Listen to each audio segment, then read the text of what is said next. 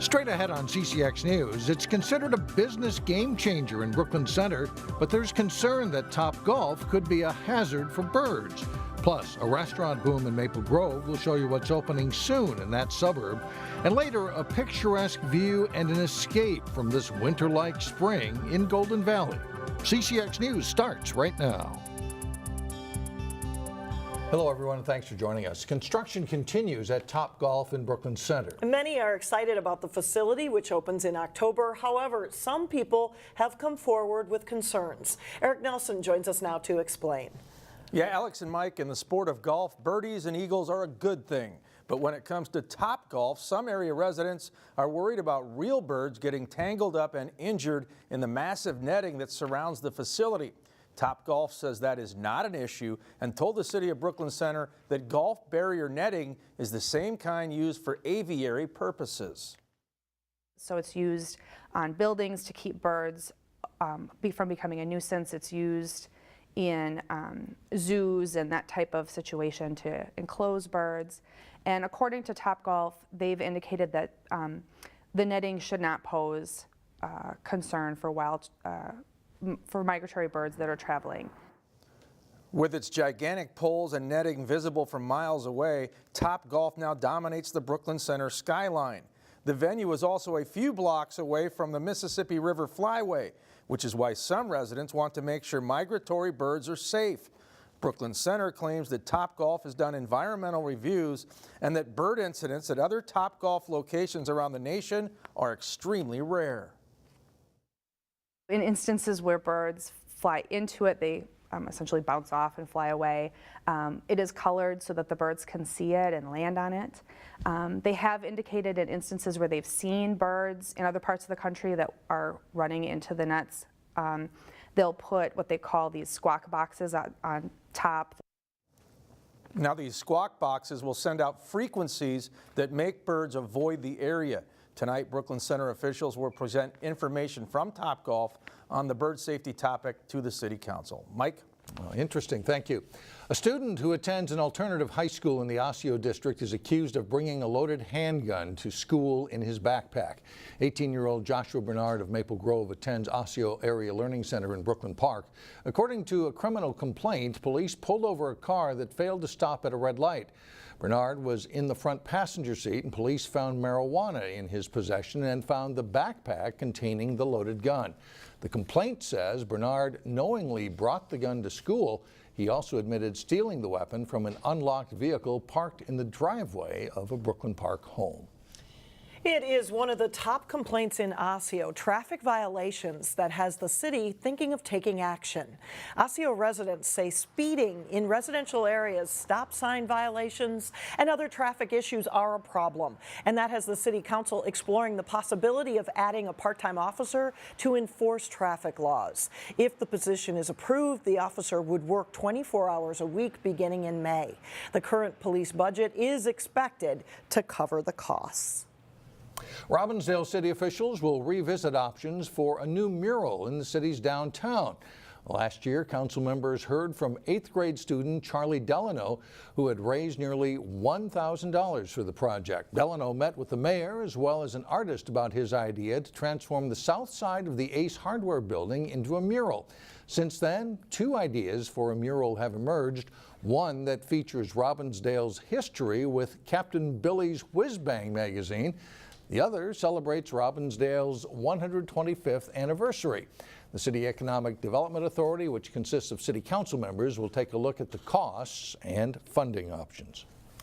If you go out to eat in Maple Grove regularly, you will soon notice some new options. Well, that's right. More than a half-dozen new restaurants are set to open in the months ahead. And in this week's Business Matters, what city leaders are most excited about is the different kinds of restaurants moving in. I think that it's great to have good restaurants that come to town and have good food and good service. There's not exactly a shortage of restaurants in Maple Grove. Count them up and they number around 110. Yet many of those restaurants can also be found in neighboring suburbs and even other states. I think we've heard a lot over the last number of years that we would like to see more independent restaurants. less national chain restaurants. Signs point to change. 6 new restaurants are moving into Maple Grove, and many of them, such as Fiesta Cancun, are independent businesses, locally owned and operated. It's an expansion of our restaurant base, which quite frankly has been pretty healthy anyway. But I think you still, when you go out at night, you're still going to wait. So that shows that there is the demand. Some of the new restaurants are new construction, like the Crave restaurant being built at the corner of Elm Creek Boulevard and Main Street. And some are redevelopment, like what's moving into the vacant Don Pablo's space. One of the independent restaurants moving in is a craft bar and eatery called Brick and Bourbon.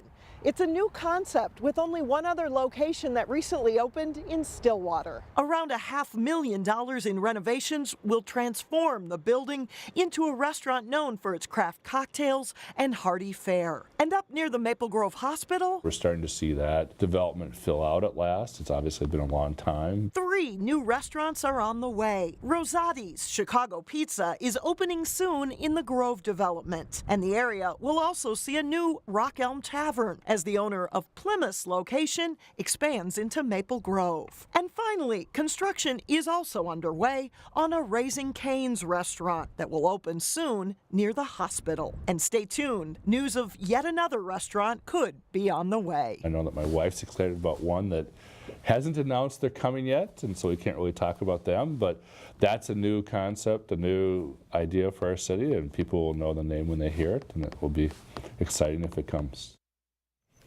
Little teaser there from the mayor. We'll find out. Still ahead, meet the group that's building relationships one member at a time in Robbinsdale. Plus, some of the top girls and boys basketball players in the northwest suburbs hit the court for all-star competition. But first, a warm-up on the horizon, possible 50s by midweek.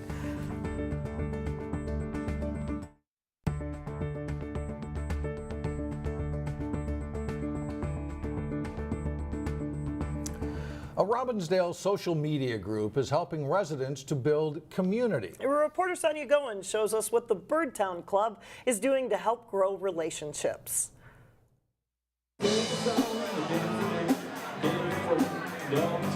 Connections, camaraderie, and community. That's the focus of the Birdtown Club. We just decided, it's really time to meet our neighbors. There are more than 4,000 people in the group. Members gathered at Wicked Work for an event called First Friday. But I really respect the people who are running the Birdtown Club Facebook page. I like the positivity, and I decided these are people I could really probably connect with. The first meet and greet officially kicked off October 2012 and has been growing stronger ever since. We're very involved here in Robbinsdale. There are a few administrators of the group.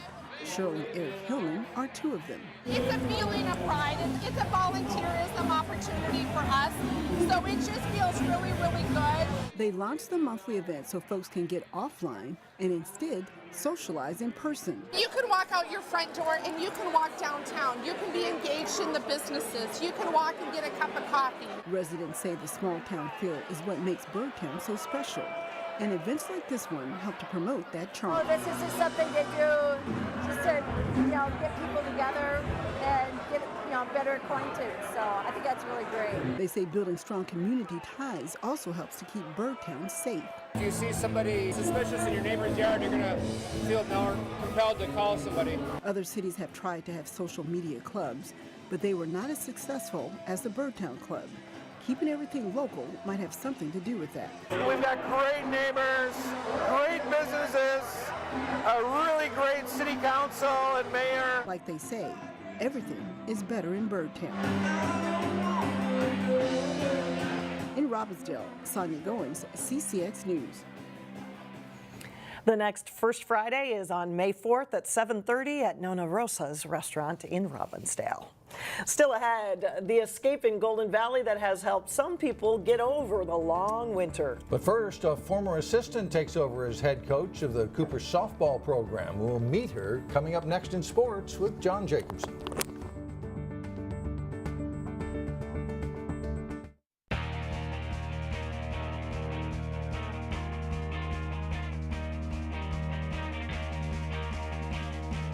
I'm John Jacobson with sports. It was the final weekend of high school basketball for a select group of Minnesota prep players. All-star competitions took place for both the top senior boys and girls players. JARIUS Cook of Park Center played for the Green All-Star team. He hits the long two-pointer here on his way to a 20-point game in St. Cloud. Late in the first half, Josiah Strong, number 8 in white, drives to the basket, scores 2 of his 16 points for the Blue All-Stars. Second half, Trey Lance of Marshall drives, kicks it out to Zach Tyson of Osseo for an open 3. They go on to win over the Green All-Stars 136-113. In the second game Friday, it's Daniel Oturo of Cretin driving to the basket. He scores, puts the gold team in the lead. Bijan Newburn of Maranatha here gets the steal and basket. He had 6 points and 4 assists in the game. Second half, Benilde's Joe Dunn with a 3-ball for the Maroon team. He scored 16. Maroon wins 146-139. All 4 teams also played Saturday. We talked to 2 local guys about their All-Star game experience. It's definitely a blessing. It just shows that the hard work you put in the offseason really pays off. It's just fun to get out here and get away for a weekend and have some fun with some guys. This is almost like AAU again, playing with all these high explosive kids, and I mean, it's just fun to be out there with them, making new friendships, and we're just having a blast out there. Yeah! Having a little fun, indeed. The best girls basketball players from the class of 2018 had one day of games. 3 players from the area took part in one of the games in Northfield. The Stripes All-Star team wore the white uniforms. The Stars team wore the solid colored unis. Number 1 in white, Maranatha's Jacqueline Jarnett headed to North Dakota next year. Nice assist here on the feed to Sam Havey of Moorhead. And then it's Mackenzie Wrench of Hutchinson passing ahead to Jarnett to score. She had a big game, and Stripes lead at 56-41 at halftime. Second half, the pass from the wing, Havey to Kayla Mershot of Minnetonka for the layup. Maple Grove's Autumn Liner played for the Stars, number 3 in black here. Passing off to Tara Rhodes of Minnehaha to Grace Touche of Northfield, who hits the 3. But the Stripes team held its lead. Jarnett with a steal at one end and the finish with the hoop at the other end. Stripes All-Stars win at 107-85. We talked to Hopkins' Angie Hammond about the game. It's an honor, to be honest. Like, I get to play with the top ladies, seniors here, and honestly, it was just an honor to be able to play one more high school game with these ladies. You know, it just kind of like hit you in the face, like, high school's over. It's ready for college, yeah. The Cooper softball team has a new head coach this season as longtime assistant Cammie Dahlstrom takes over. Jason Malillo has a preview of the Hawks. Cammie Dahlstrom has been an assistant softball coach for 12 seasons at Cooper, and this spring takes over as head coach after the resignation of longtime skipper Aaron Brown. I mean, the transition actually was pretty seamless. You know, I learned from the best. I was with Aaron Brown for 13 years, or this is my 13th year, so 12 years we were together, and she's an amazing coach, so it was fun to learn from her and all the different strategies that she had. So it was nice. I know the program, I know the parents, I know the girls, so it was really easy to step into this position when they offered it to me. Cooper won only 4 games in 2017, due in large part to a dearth of offense, something the Hawks are working hard to rectify this preseason. I think that's like one of our weaknesses last year. We didn't hit as much as we should have, and so if we come out this year with strong bats, that will do good with our season. Hitting is going to be one of our core strengths. We've been working on it every single day in the preseason. Our team, we didn't lose many people last year, so we have that compatibility. So with those 2 things going into the season, I think we're going to be tough to beat. Cooper lost its top pitcher, Ray Beener, to graduation, but she was the only senior on last year's team. Laura Beener, Ray's sister, will be the Hawks' top pitcher this season. When I'm pitching, I usually am not thinking about too much stuff. Just throw a pitch, keep throwing pitches, and get out of it quick. That's my goal. Cooper has pretty good numbers for 2018 and a solid mix of returning varsity players and newcomers. That's pushing everyone to work hard, and the Hawks hope that competition will translate to more wins this season.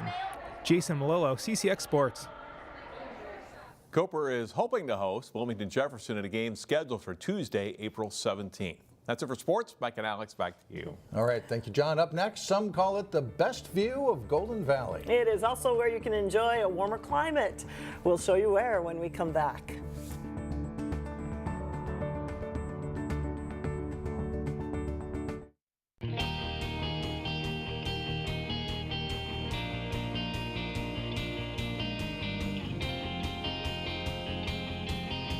Welcome back. This never-ending winter weather may have some of you planning a trip someplace warm. As Shannon Slatton explains, a group of residents in Golden Valley can do that without going too far. You might not have noticed just by driving by, but there's something special at the top of the Calvary Center Co-op. I love it. I love it up here. Vivian Bartel is one of the residents who helps care for the greenhouse. It's a good place to come, and a lot of people like to come up here and just sit in the sun, get their sunshine. And of course, the Christmas cactus. The greenhouse is home to a variety of plants, which keep the space vibrant and green all winter long. From easy-to-grow succulents, and our orchids are beautiful, to orchids which require a bit of pampering. Those little ladies know how to take care of it. We just do the best we can. Plants change as the volunteers care for plants when people go on vacation. It's a fun place to work. But aside from the green, the view of downtown Minneapolis and Golden Valley is impressive. The scenery attracts most people. Don Anderson is what they call a frequent flyer up here. I come up here every afternoon with a little Diet Pepsi, and my office hours are from 2:30 to 3, and I sit here, and other people come, and we have a nice conversation. Sometimes when a winter stretches as long as this one has, with snowfall and cold temperatures pushing to mid-April, there's even more of a need to find a small space to escape and rejuvenate. It's a wonderful spot. This greenhouse getaway hits the spot every time. People, I think, when they come up to the Skyline room for different things, will come in here and, oh my word, look at the snow, and they love looking out on Golden Valley. In Golden Valley, Shannon Slatton, CCX News. And when the weather turns warmer, the co-op opens up the deck and then moves some of those plants outside. Residents can enjoy both sunrise and sunset from the deck. It's so good to see green plants in different colors. Yes. Anything other than white snow. Right. No big surprise. Sunshine and green, and everybody goes there, right? That's right. It's a cool thing. Absolutely. That'll do it. That's it for now. Thanks so much for joining us, everyone. We'll see you back here on Tuesday starting at 4 o'clock.